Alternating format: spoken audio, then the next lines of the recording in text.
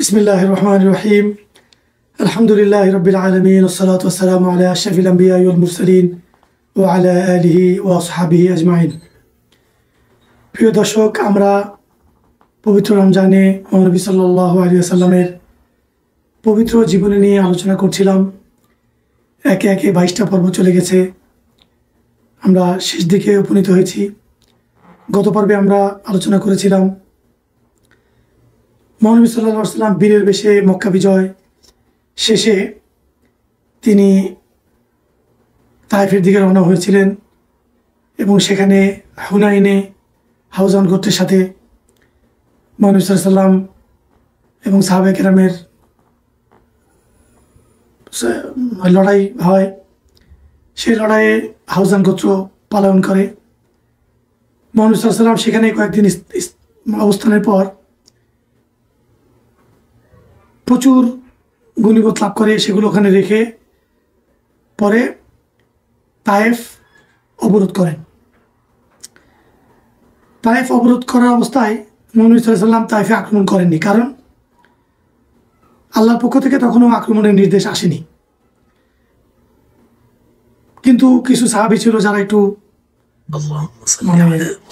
যুদ্ধের ব্যাপারে খুব আগ্রহী ছিলেন এবং রাসূলুল্লাহ কতদিন এভাবে আমরা ওদেরকে খেলা করে রাখবো। এক পর্যায়ে মহানবী সাল্লাল্লাহু আলাইহি ওয়াসাল্লাম তাদেরকে অনুমতি দিলেন কয়েকজনকে। তো তারা যখন আক্রমণে যায়, এক ধরনের ওই যুগের এক ধরনের যুদ্ধ ট্যাঙ্ক ছিল, 2 চাকার উপরে একটা কামানের মতো থাকতো, ওটা দিয়ে তারা পাথর নিক্ষেপ করতো। এরপরে মিনজানিক ছিল, যেটাও ওই আগুনের নিক্ষেপ করা হতো। তো কিছুক্ষণ সাহাবীরা যখন তাদের কেল্লায় তায়েফবাসী বনি সাকিব গোত্রের কেল্লায় আক্রমণ করে, তারা বর্ষা এমনভাবে নিক্ষেপ করেছিল সাহাবায়ে কেরামের উপরে যে মনে হচ্ছিল যেন বৃষ্টি পড়তেছে আকাশ থেকে। পরবর্তীতে সাহাবায়ে কেরাম ওখান থেকে ফিরে আসে। আবু বকর রাদিয়াল্লাহু তাআলা আনহু এক পর্যায়ে রাসূল করিম সাল্লাল্লাহু আলাইহি ওয়াসাল্লামের কাছে এসে বলেন, ইয়া রাসূলুল্লাহ, আমরা কতদিন তাদেরকে অবরোধ করে রাখবো, আমরা আক্রমণ করি। তখন রাসূল করিম সাল্লাল্লাহু আলাইহি ওয়াসাল্লাম বললেন, হ্যাঁ, আল্লাহর পক্ষ থেকে নির্দেশ আসেনি আক্রমণের। এই চুপ হয়ে গেলেন। কয়েকদিন পরে উমর রাদিয়াল্লাহু তাআলা আসলেন, এসে আবু বকরের কাছে বললেন যে, আবু বকর, কেন আমরা আক্রমণ করছি না, এখানে বসে কতদিন থাকবো? এ ফাঁকে এই যত দিন ঘেরাও ছিল, এর মাঝে একদিন উমর রাদিয়াল্লাহু তাআলা চিল্লায়ে চিল্লায়ে ওদেরকে গালাগালি করতেছিলেন। গালাগালি মানে স্বাধীনতার মধ্যে।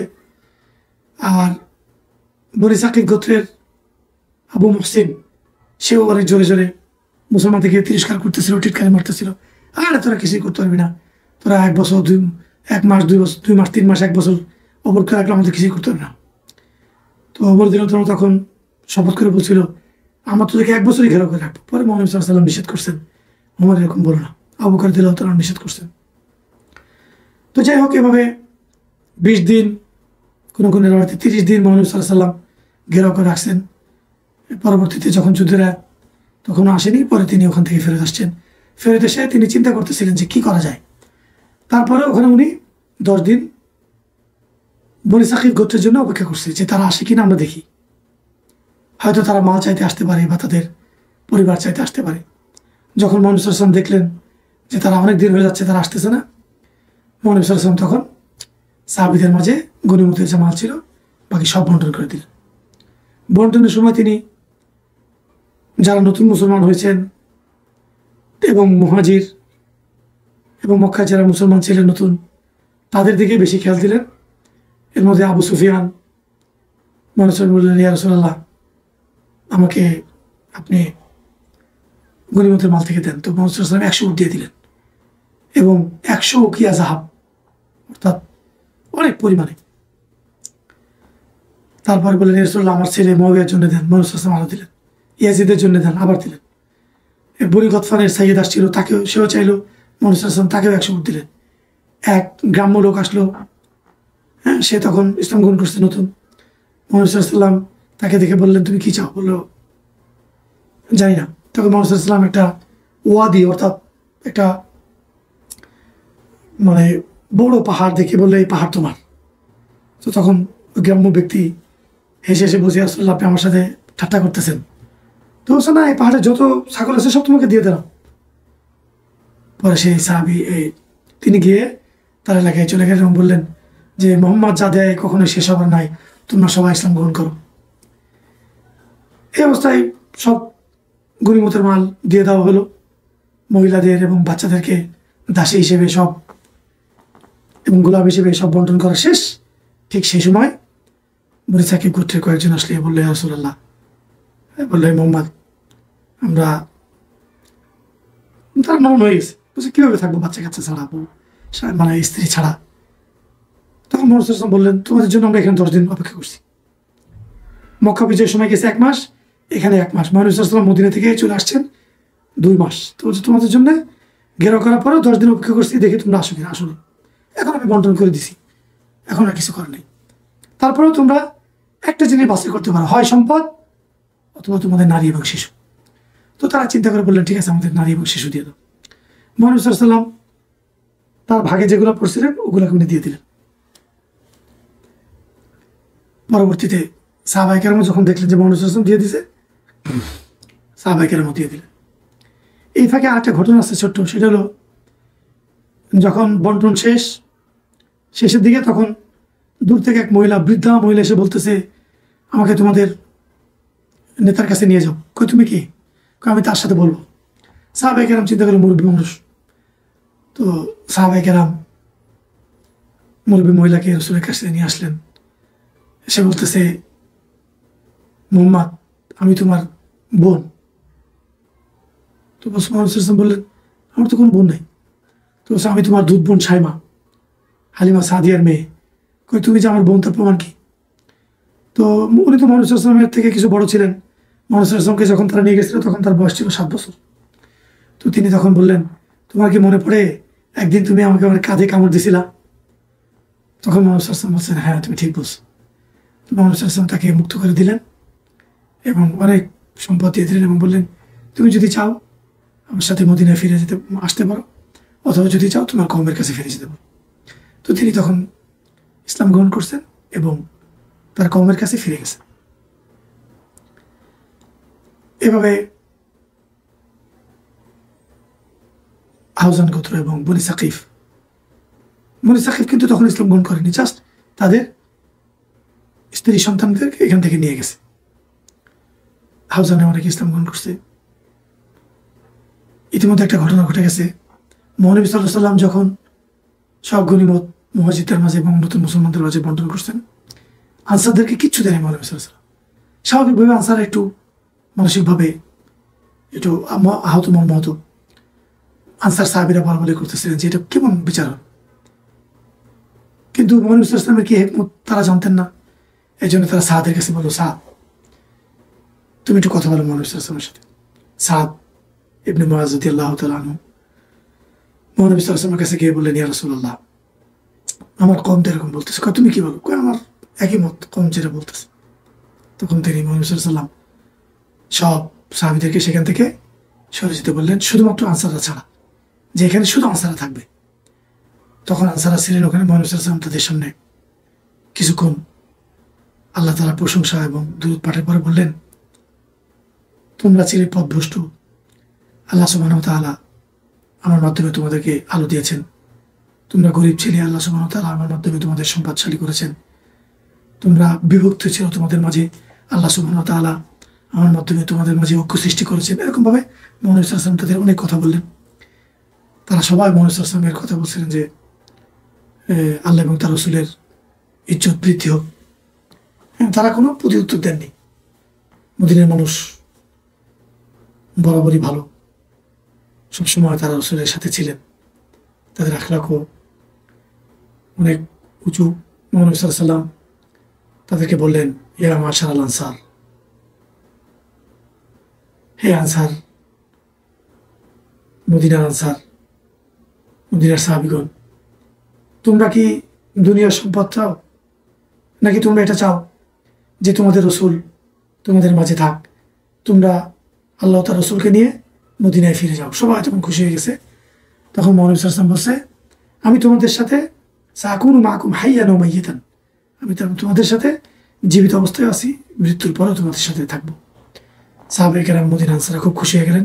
মহানবী সাল্লাল্লাহু আলাইহি ওয়াসাল্লাম দোয়া করলেন, আল্লাহুম্মা আরহামিল আনসার ওয়া আবনাউল আনসার ওয়া আবনাউল আনসার ওয়া আহফাদুল আনসার। এবং বললেন যে মদিনাবাসী আনসারদেরকে আল্লাহ তুমি রহম করো, তার সন্তানদের প্রতিও তাদের পরবর্তী প্রজন্ম কেউ তুমি রহম করো, এবং যারা মদিনাবাসীর সাথে দুর্ব্যবহার করবে তুমি তাদেরকে লবণের মতো গলিয়ে দিও, যেভাবে লবণ পানির সাথে মিশে যায়। এরপরে মহানবী সাল্লাল্লাহু আলাইহি ওয়াসাল্লাম সেখান থেকে ফিরে আসলেন।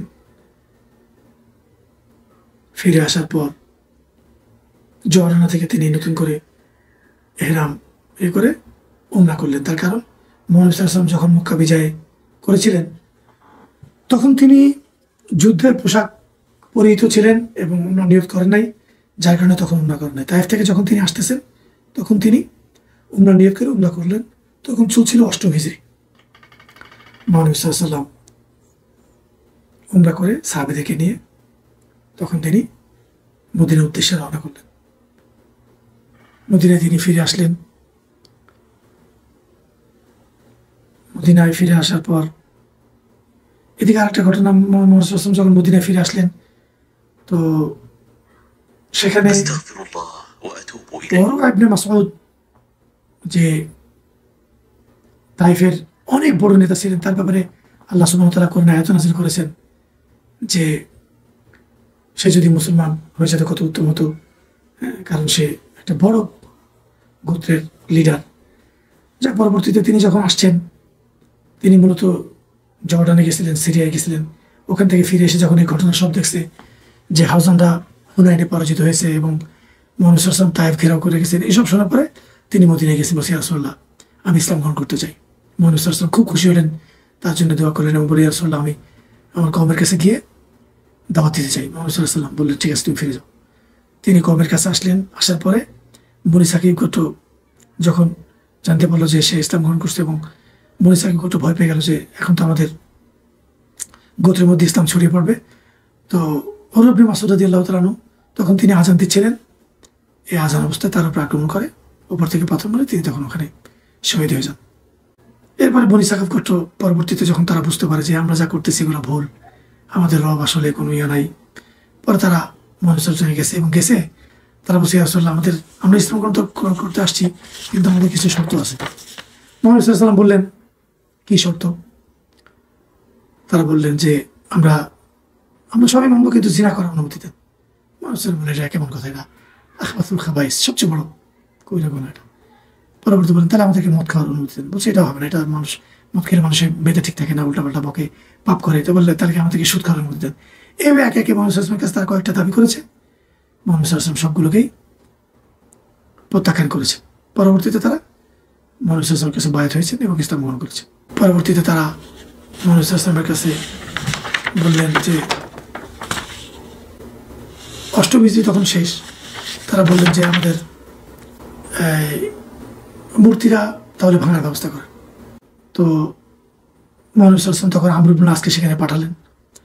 আমর ইবনে আস তাদেরকে বললেন, তারা রাজি না, বললো না যদি আমরা ভয় পাই। তো তখন বনী সাকিব করতে সবাইকে ডাকা হলো। আমর ইবনে আস ধীরে ধীরে একে একে সব ভাঙা শুরু করলেন। তারা ভয় পাইছিল যে যদি এখান থেকে মূলত ইসলাম গ্রহণের বনী সাকিবের ঘটনাটা ঘটে, যে যদি লাভ ক্ষতিগ্রস্ত হওয়ার পরে কোনো সমস্যা না হয় তাহলে বুঝাবে এগুলো মিথ্যা, মুহাম্মদের ধর্ম সত্য, তাহলে আমরা তখন ইসলাম গ্রহণ করবো। আর যদি দেখি যে না আমর ইবনে আস এবং মুসলমানরা আহত হয়েছে বা তাদের কোনো ক্ষতি হয়েছে, তাহলে আমরা আমাদের ধর্মে থেকে যাবো। পরবর্তীতে আমর ইবনে আস রাদিয়াল্লাহু তাআলা ধীরে ধীরে যখন লাভকে শেষ করে দিয়েছে, তখন তারা দলে দলে ইসলাম গ্রহণ করেছে। অনেকে বলছে যে এই ঘটনাটা তাবুক যুদ্ধের পরে, কেউ কেউ বলেছেন এটা তাবুক যুদ্ধের আগে। মুহাম্মদ সাল্লাল্লাহু আলাইহি ওয়াসাল্লাম ওখান থেকে ফিরে আসার পরে তিনি গোপনীয়তা রক্ষা করে সাহাবায়ে কেরামকে বললেন যুদ্ধের প্রস্তুতি নিতে থাক। মুহাম্মদ সাল্লাল্লাহু আলাইহি ওয়াসাল্লাম মক্কায় গিয়েছিলেন মাত্র 10,000 সাহাবী নিয়ে, অথচ তিনি এখন যখন তাবুকে আক্রমণের প্রস্তুতি নিচ্ছেন হেরাক্লের সাথে যুদ্ধে, মুহাম্মদ সাল্লাল্লাহু আলাইহি ওয়াসাল্লামের সাথে তখন মুজাহিদের সংখ্যা 30,000। কারণ ধীরে ধীরে অনেক জায়গা থেকে মানুষ ইসলাম গ্রহণ করে মদিনার দিকে চলে আসতেছিলেন, কারণ তখন মুসলিম বিশ্বের রাজধানী ছিল মদিনা। এবং বিশেষ করে মক্কা বিজয়ের পর, তায়েফের পরে ছোট ছোট অনেক গোত্র ইসলামের ছায়াতলে, সুশীতল ছায়াতলে আসা শুরু করলো, যার কারণে মুসলমানদের সংখ্যা খুব দ্রুত বেড়ে গেছে। মুহাম্মদ সাল্লাল্লাহু আলাইহি ওয়াসাল্লাম গোপনীয়তা রক্ষা করে বললেন, সবাই প্রস্তুতি নাও, এবং অনেক দূরের সফর, এই জন্যে যাদের কাছে কিছু নেই তাদেরকেও তোমরা সহযোগিতা করো। মুহাম্মদ সাল্লাল্লাহু আলাইহি ওয়াসাল্লাম তাবারুয়াতের কথা বললেন। উসমান রাদিয়াল্লাহু তাআলা আনহু একে একে প্রথমবার 100, পরের বারে 100, পরের বারে 100, এভাবে 700 উট তিনি দান করলেন। এবং এই উটের যারা সওয়ার হবে সেই সওয়ারিদের যে খরচ যুদ্ধে, সেই খরচের ব্যবস্থাও তিনি করলেন। আল্লাহু আকবার। রাসূল করিম সাল্লাল্লাহু আলাইহি ওয়াসাল্লাম তখন বললেন, আজকের পরে উসমান যাই করুক, আজকের এই দান তার সব ছাড়িয়ে যাবে। পরবর্তীতে তিনি ওই যুদ্ধে গিয়েছিলেন। উমর রাদিয়াল্লাহু আনহু এই তাবুক যুদ্ধের সময় তার সম্পত্তির অর্ধেক নিয়ে আসছিলেন, এবং তিনি মনে মনে ভাবছিলেন, সবসময় আমি হেরে যাই, আজকে আমি আবু বকরকে হারা দিব। কিছুক্ষণ পরে আবু বকর রাদিয়াল্লাহু তাআলা আনহু আসলেন। আসার পরে তিনি যা ছিল ঘরের মধ্যে সব নিয়ে আসছেন। রাসূল করিম সাল্লাল্লাহু আলাইহি ওয়াসাল্লাম আবু বকর রাদিয়াল্লাহু তাআলা আনহুকে জিজ্ঞেস করলেন, ইয়া আবা বকর, মাযা তারাকতা ফি বাইতিক, তুমি তোমার ঘরে কি রেখে এসেছো? আবু বকর রাদিয়াল্লাহু তাআলা আনহু তখন বললেন, ইয়া রাসূলুল্লাহ, তারাকতুল্লাহ ওয়া রাসূলুহু, আমি ঘরে আল্লাহ এবং তার রাসূলকে রেখে এসেছি, সুই পর্যন্ত নাই ঘরে, কিচ্ছু নেই।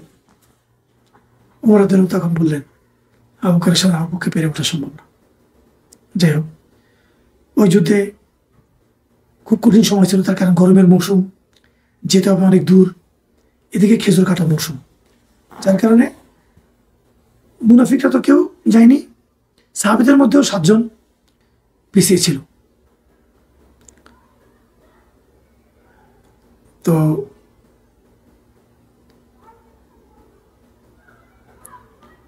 সাহাবীদের মধ্যে সবাই রাজি হয়েছে, যাদেরকে টাকা পয়সা ছিল না, মুহাম্মদ সাল্লাল্লাহু আলাইহি ওয়াসাল্লাম বারবার বলার কারণে তাদের মধ্যে যারা ধনী ছিল টাকা পয়সা দিয়েছেন।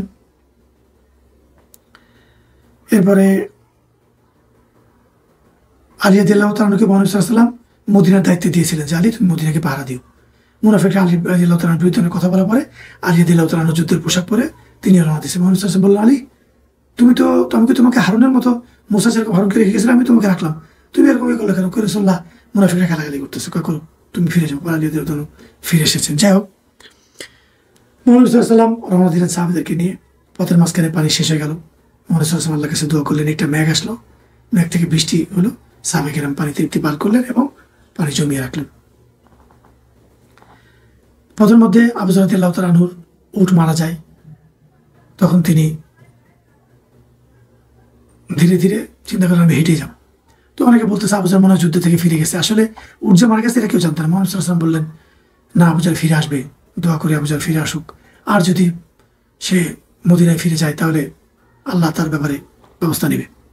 পরবর্তীতে তিনি হেঁটে হেঁটে, সাহাবায়ে কেরাম হেঁটে যাচ্ছিলেন, কারণ 30,000 সাহাবী। হ্যাঁ, তো পরবর্তীতে অনেকে দূর থেকে দেখছেন যে কে যেন একজন আসছে। পরে সবাই বলল, মুহাম্মদ সাল্লাল্লাহু আলাইহি ওয়াসাল্লাম বললেন, এটা আবু যর আসছে। পরে যখন কাছে আসছে বলেছে, আবু যর তোমার এই অবস্থা কেন? বলে, ইয়া রাসূলুল্লাহ, আমার উট প্রতিমধ্যে মারা গেছে, এই জন্যে আমি একা একা আসতেছি। তখন মুহাম্মদ সাল্লাল্লাহু আলাইহি ওয়াসাল্লাম বললেন যে, আবু যর আশা ওয়াহিদান ওয়া মাতা ওয়াহিদান ওয়া দুফিনা ওয়াহিদান, অর্থাৎ আবু যর একাই বসবাস করবে, একাই মারা যাবে এবং তার দাফন একাই হবে। যাই হোক, মুহাম্মদ সাল্লাল্লাহু আলাইহি ওয়াসাল্লাম তাবুক যাওয়ার পথে ছোট ছোট যে গোত্রগুলো ছিল, যেমন আয়লা ছিল, তারপরে আবু জামদারে একটা গোত্র ছিল, এই সমস্ত ছোট ছোট গোত্রের কাছে মুহাম্মদ সাল্লাল্লাহু আলাইহি ওয়াসাল্লাম দাওয়াত পৌঁছেছে। যারা মানসিক মেরে গেছে, যাদের কাছে যারা ইসলাম গ্রহণ করেনি, তাদেরকে বলছে তাহলে জিজিয়া দিতে হবে, কর। তো তারা কর দিতে রাজি হয়ে গেছে। তো এই জন্য মুহাম্মদ সাল্লাল্লাহু আলাইহি ওয়াসাল্লাম তাদেরকে তাদের হালাতে ছেড়ে দিয়েছে। ওখানে আবু জামদালে যে লিডার ছিল, নাম ছিল উকাইদ। তো তাদের সাথে তারা যুদ্ধের প্রস্তুতি নিয়েছিল। পরে যখন দেখছে বেশি সাহাবীদের সংখ্যা, তখন তারা পালাতে যায়। তখন তার ভাই হাসান নিহত হয়। মুহাম্মদ সাল্লাল্লাহু আলাইহি ওয়াসাল্লামের কাছে সাহাবায়ে কেরাম উকাইদকে নিয়ে আসে। পরবর্তীতে সে ওই যে করের বিনিময়ে মুক্তি পায়। এরপরে মুহাম্মদ সাল্লাল্লাহু আলাইহি ওয়াসাল্লাম হিরাকেলের কাছে চিঠি লিখছেন, চিঠি পাঠালেন। চিঠি পাঠানোর পরে হিরাকেল তো জানাই যে সে একজন নবী, মুহাম্মদ সাল্লাল্লাহু আলাইহি ওয়াসাল্লাম, তো তার সাথে আমরা পারবো না। তখন তিনি তার এলাকার মানুষদেরকে, তার দেশের জনগণকে ডাক দিছে, ইসলামের দিকে তারা কেউ আসে নাই। বলছে, আমরা কেন তার কাছে নত হবো? যাই হোক, হয়তো আমরা কর দিব, আমরা মানুষের কাছ থেকে টাকা নিই, আমরা কেন কর দিব? কোনো অবস্থাতে তারা রাজি না। যাই হোক, পরবর্তীতে তারা বলছে তাহলে আমরা আর আক্রমণে যাব না। তখন হেরাকেল একটা চিঠি পাঠিয়েছিল একজনের মাধ্যমে, খ্রিস্টান যুবক। তো বলছে 3টা আলামত তুমি দেখবা, যদি দেখো আমার চিঠি পাওয়ার পরে সে চিঠিটা পড়ে 1 নম্বর, 2 নম্বর দেখবা আমার চিঠি পাওয়ার পরে সে রাত এবং দিনের কথা বলে কিনা, যদি বলে খেয়াল করবা। 3 নম্বর হলো তার পিছনে ঘাড়ে নবুয়তের একটা সিল থাকবে। তো ওই খ্রিস্টান যুবক এসে 13টা পেয়েছে। মুহাম্মদ সাল্লাল্লাহু আলাইহি ওয়াসাল্লাম তার চিঠি নিয়েছে, হেরাকেলের পড়েছে, রাত এবং দিনের কথা বলেছে। এবং মুহাম্মদ সাল্লাল্লাহু আলাইহি ওয়াসাল্লাম ওই লোক যখন কয়েকদিন ছিল তখন মুহাম্মদ সাল্লাল্লাহু আলাইহি ওয়াসাল্লাম বুঝতে পারছে ও কি জন্য আসছে। তখন তিনি তার কাঁধের এটা দেখিয়েছে। তখন সে ফিরে গিয়ে বলছে যে হ্যাঁ এটা, তখন হেরাকেল বুঝছে যে মোহাম্মদ সত্যি নবী। যাই হোক, পরে তার আসে নাই। মুহাম্মদ সাল্লাল্লাহু আলাইহি ওয়াসাল্লাম মূলত তাবুকে গিয়েছিল এটা বোঝানোর জন্য যে এই দাওয়াত শুধু ইসলাম আরবের জন্য না, বরং পুরো পৃথিবীর জন্য। তো যার কারণে মুহাম্মদ সাল্লাল্লাহু আলাইহি ওয়াসাল্লাম সেখানে 11 দিন, কোনো কোনো জায়গায় আসছে 20 দিন অবস্থান করার পরে তিনি মদিনায় ফিরে এসেছে। মদিনায় ফিরে আসার পথে তখন তিনি মুনাফিকরা একটা মসজিদ বানিয়েছিল তাদের ইয়ে করার জন্য। পরে মুহাম্মদ সাল্লাল্লাহু আলাইহি ওয়াসাল্লাম মদিনায় আসার আগেই কয়েকজন সাহাবীকে পাঠিয়ে, হুযায়ফা ইবনুল ইয়ামান সাথে আরো তাদের 2 সাহাবীকে পাঠিয়ে ওই মসজিদ, যেটা মসজিদ দিরার বলা হয়, ওই মসজিদকে মুহাম্মদ সাল্লাল্লাহু আলাইহি ওয়াসাল্লাম আগুন দিয়ে জ্বালিয়ে দিতে বলছে। পরবর্তীতে সাহাবারা এসে আগুন দিয়ে জ্বালিয়ে দিয়েছেন। মুনাফিকরা জিজ্ঞেস করছে কিভাবে কিভাবে, তো সে মুহাম্মদ সাল্লাল্লাহু আলাইহি ওয়াসাল্লাম বলছে যেটা আগুন দিয়ে জ্বালিয়ে দিতে। যাই হোক, পরবর্তীতে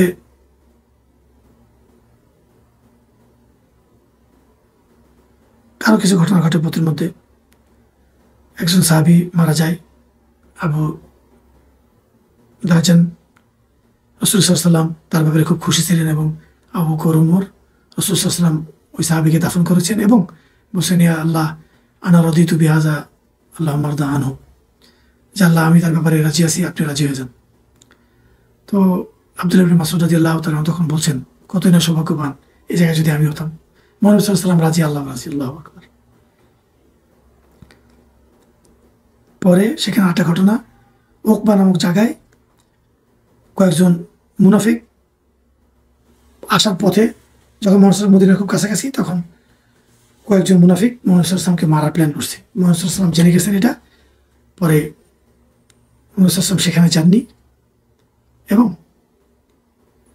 তাদেরকে হুযায়ফা ইবনে ইয়ামান রাদিয়াল্লাহু বলে দিয়েছে যে এরা মুনাফিক। তখন হুযায়ফা রাদিয়াল্লাহু তাআলা বলছে আসলে আমাদেরকে ছেড়ে দিন, তাদেরকে হত্যা করে ফেলি। তো বলছে না, মানুষ বলবে যে মুহাম্মদ তার সাথীদেরকে হত্যা করে, এই জন্য তাদেরকে মুহাম্মদ সাল্লাল্লাহু আলাইহি ওয়াসাল্লাম ছেড়ে দিয়েছে।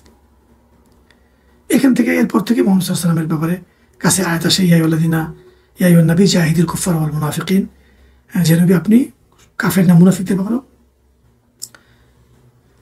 এখন থেকে যুদ্ধ করেন। এরপরে মুহাম্মদ সাল্লাল্লাহু আলাইহি ওয়াসাল্লাম ওখান থেকে ফেরার পরে একে একে সব মুসলমানকে জড়ো করে 36 জন মুনাফিকের নাম ঘোষণা করেন। এর মধ্যে আব্দুল্লাহ ইবনে উবাই ইবনে সালুলের নাম ঘোষণা করেন। এটা আল্লাহ তাআলার কোনো হিকমত আছে, সবাই জানতো, এই জন্য মনে হয় হতে পারে। মুসলমানদের ভিতরে যে 7 জন সাহাবী তাবুকে যায়নি, তারা মুহাম্মদ সাল্লাল্লাহু আলাইহি ওয়াসাল্লামের কাছে বসে ইয়া রাসূলুল্লাহ আমাদের ধন সম্পদ যেহেতু আমাদেরকে দিতে বাধা নেই, ওখানে যেতে বাধা দিয়েছে, আমাদের সম্পদগুলো নিয়ে নেন। মুহাম্মদ সাল্লাল্লাহু আলাইহি ওয়াসাল্লাম রাজি না। পরবর্তীতে আল্লাহ তাআলা আয়াত নাযিল করেছেন এবং ওই মালগুলোকে নিয়ে মুহাম্মদ সাল্লাল্লাহু আলাইহি ওয়াসাল্লাম সৎকার মাল হিসেবে তখন সাহাবীদেরকে মাঝে বন্টন করে দিয়েছে। এরপর কাব ইবনে মালিক, হিলাল ইবনে উমাইয়া, মুরার ইবনে রবি, এই 3 জন সাহাবী মুহাম্মদ সাল্লাল্লাহু আলাইহি ওয়াসাল্লামের কাছে এসে তারা তাদের স্বীকারোক্তি দিয়েছেন। আল্লাহ তাআলা কোরআনে আয়াত নাযিল করেছেন যে কাব ইবনে মালিক যেটা বলতেছে সেটা সত্য। হিলাল ইবনে উমাইয়া এবং মুরার ইবনে রবি কিন্তু বদরি সাহাবী ছিলেন। যাই হোক, পরবর্তীতে রাসূল সাল্লাল্লাহু আলাইহি ওয়াসাল্লাম তাদের 3 জনের সাথে বয়কটের ঘোষণা দিলেন। 40 দিন তারা বয়কট, তাদের সাথে কেউ কথা বলেনি, কেউ কোনো কাজ করেনি, এমনকি তারা মসজিদ আসতে লজ্জা পেতে পারে, বাসায় নামাজ পড়তেন। 50তম দিনে আল্লাহ সুবহানাহু ওয়া তাআলা তাদের তওবা কবুল করলে সাহাবায়ে কেরাম খুশি হয়ে তাদেরকে খবর দেন। পরবর্তীতে তারা এসে মুহাম্মদ সাল্লাল্লাহু আলাইহি ওয়াসাল্লামের কাছে এসে মসজিদের নবীতে কোলাকুলি করেন, মসজিদে সবাই তাদের সাথে কোলাকুলি করেন। আব্দুল্লাহ ইবনে মাসউদ, তালহা, সবাই তাদের সাথে কোলাকুলি করেন এবং তাদেরকে বাশারাত দিয়ে আল্লাহ তাআলা তোমাদের তওবা কবুল করছেন। এরপরে মুহাম্মদ সাল্লাল্লাহু আলাইহি ওয়াসাল্লাম মুনাফিকদের নাম তো ঘোষণা হয়ে গেল।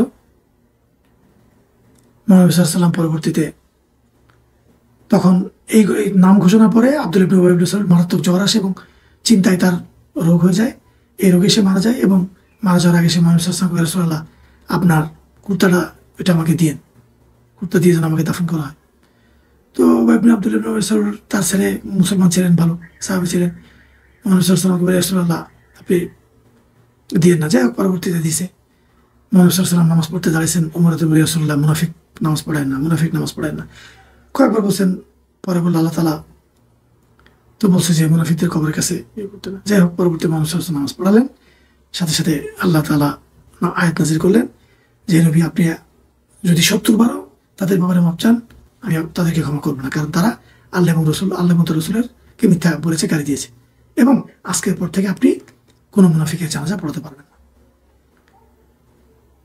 যাই হোক, পরবর্তীতে মুহাম্মদ সাল্লাল্লাহু আলাইহি ওয়াসাল্লাম মদিনাতে ফিরে আসলেন। আসার পরে 9 হিজরি, তখন আবু বকর রাদিয়াল্লাহু তাআলা আনহুকে হজে পাঠালেন এবং তাকে বলে দিলেন যে কি কি দিক নির্দেশনা থাকবে। এই সময় আল্লাহ সুবহানাহু ওয়া তাআলা যখন আবু বকর রাদিয়াল্লাহু তাআলার প্রতিমধ্যে তখন সূরা তাওবার অনেক আয়াত নাযিল করলেন। এর মধ্যে কাফেরদের ব্যাপারে, মুনাফিকদের ব্যাপারে কট্টর কিছু আয়াত ছিল, কঠিন আয়াত। আলী রাদিয়াল্লাহু তাআলা আনহুকে এই আয়াতগুলো দিয়ে মুহাম্মদ সাল্লাল্লাহু আলাইহি ওয়াসাল্লাম বলেন, আবু বকরকে গিয়ে এই আয়াতগুলো পৌঁছে দাও। তো তখন তিনি প্রতিমধ্যে গিয়ে বললেন যে আমাকে রাসূল সাল্লাল্লাহু আলাইহি ওয়াসাল্লাম পাঠিয়েছেন এই আয়াতগুলো পড়ে শোনানোর জন্য। এর মধ্যে এটাও ছিল যে এই হজের পর থেকে কোনো মুশরিক, কোনো মুনাফিক আরব ভূখণ্ডে থাকতে পারবে না মুসলমানদের সাথে নতুন চুক্তি ছাড়া। হয় ইসলাম গ্রহণ করতে হবে, তা নাহলে চুক্তি করতে হবে, চুক্তি ভেঙে কেউ থাকতে পারবে না। এটাই ছিল তাবুকের যুদ্ধ এবং তাইফের যুদ্ধের অবস্থা। এবং মুহাম্মদ সাল্লাল্লাহু আলাইহি ওয়াসাল্লাম দুটোতেই যুদ্ধ হয়নি, কিন্তু পরোক্ষভাবে দেখতে গেলে দুই জায়গাতেই মুসলমানদের বিজয়। ইনশাআল্লাহ পরবর্তী পর্বে আমরা রসুলের বিদায়ী হজ এবং রসুলের ওফাত নিয়ে আলোচনা করব। আল্লাহ সুবহানাহু ওয়া তাআলা আমাদের সবাইকে সে পর্যন্ত ভালো রাখুন। দোয়া করি, আপনারা আমাদের জন্য দোয়া করবেন। পবিত্র রমজান মাস ধীরে ধীরে চলে গেল, লাইলাতুল কদরও চলে যাচ্ছে। আল্লাহ সুবহানাহু ওয়া তাআলা আমাদেরকে লাইলাতুল কদর নসিব করেন এবং রমজানে যেভাবে কোরআন তেলাওয়াত, জিকির আজকার এবং উত্তম আমলের মাঝখান দিয়ে যাচ্ছে, আল্লাহ সুবহানাহু ওয়া তাআলা আমাদেরকে যেন সারাটা বছর সেভাবে রাখে, সে আশাই করছি। আসসালামু আলাইকুম ওয়া রাহমাতুল্লাহি ওয়া বারাকাতুহু।